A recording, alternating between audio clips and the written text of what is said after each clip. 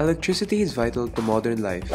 It powers and lights up almost everything around you, your appliances at home, your businesses and industries, plus many more. Without it, most of the things we use every day could not work.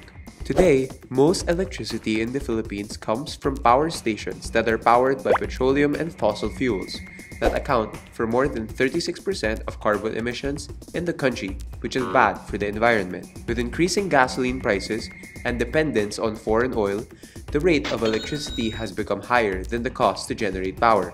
And we all know that this isn't the best long-term solution. Fortunately, the Philippines has a vast reserve of clean and renewable energy. However, many of these renewables do not produce electricity predictably or consistently. Wind power is mostly reliant on the speed of the wind, while solar energy varies on the strength of sunshine that depends on the time of the day and the amount of cloud cover.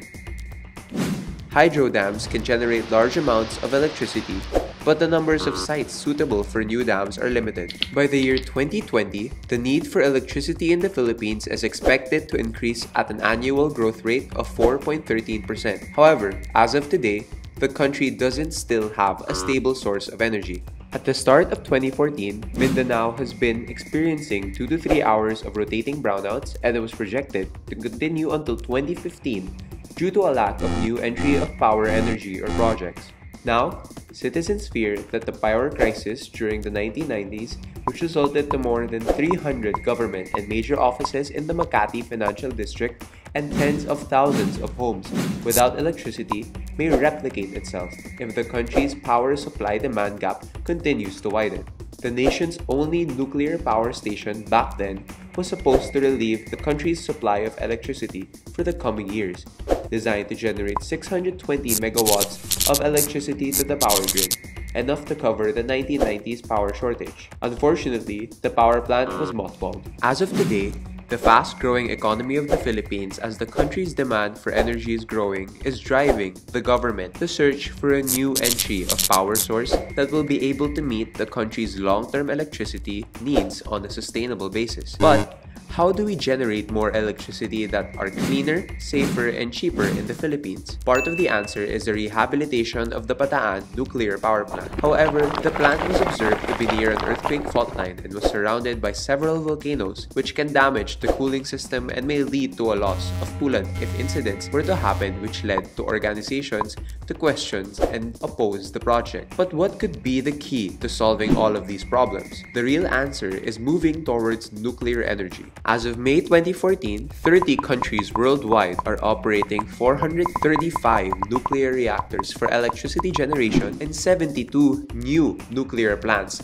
are under construction in 15 countries. In total, 13 countries relied on nuclear energy to supply at least 1/4 of their total electricity. In 1973, France, that went nuclear as a result of an energy crisis, gets around 3/4 of its power from nuclear energy. That's about 80%. Shifting towards nuclear energy has reduced carbon dioxide emissions by 40%. And today, France has the cheapest electricity bill in all of Europe and has the cleanest air in any industrialized country since shutting down its last coal mine in 2004. In terms of cost, nuclear power has a significantly lower production cost compared to coal and natural gas, helping to reduce the price of electricity for consumers. Compared to other energy sources, nuclear plants do not emit any greenhouse gases in generating electricity, preventing emissions of about 2.5 million metric tons of carbon dioxide per year and more than 500,000 tons of nitrogen oxide, which is equivalent to that released by 25 million cars. To give you a better idea,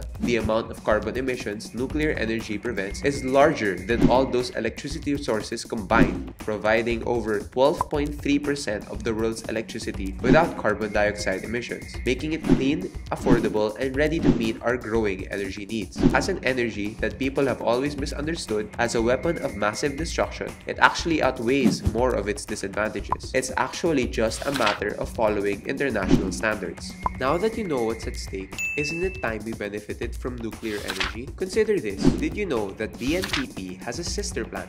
It was similar in build, make, and plans, and has proven so profitable for South Korea that they decided to build 3 more plants of KORI-1. And compared to Fukushima, BNPP is considered much safer. Out of the first generation of nuclear plants, BNPP was among the last to be built in its generation, making it younger than about 70% of the nuclear plants in operation in America today. Having a ready-built plant waiting to be restarted is something of a novelty in the sector, where many governments around the world are looking at nuclear options, but are wary of the 15-year period that such plants take to build. As a country that first considered nuclear power in Southeast Asia but we weren't able to do it, we are now being surrounded by nations like Vietnam and Malaysia that are moving to adopt nuclear power. This is a frightening picture, but it doesn't have to be. If we change the odds, nuclear energy can now be a viable option if environmental and safety concerns are met.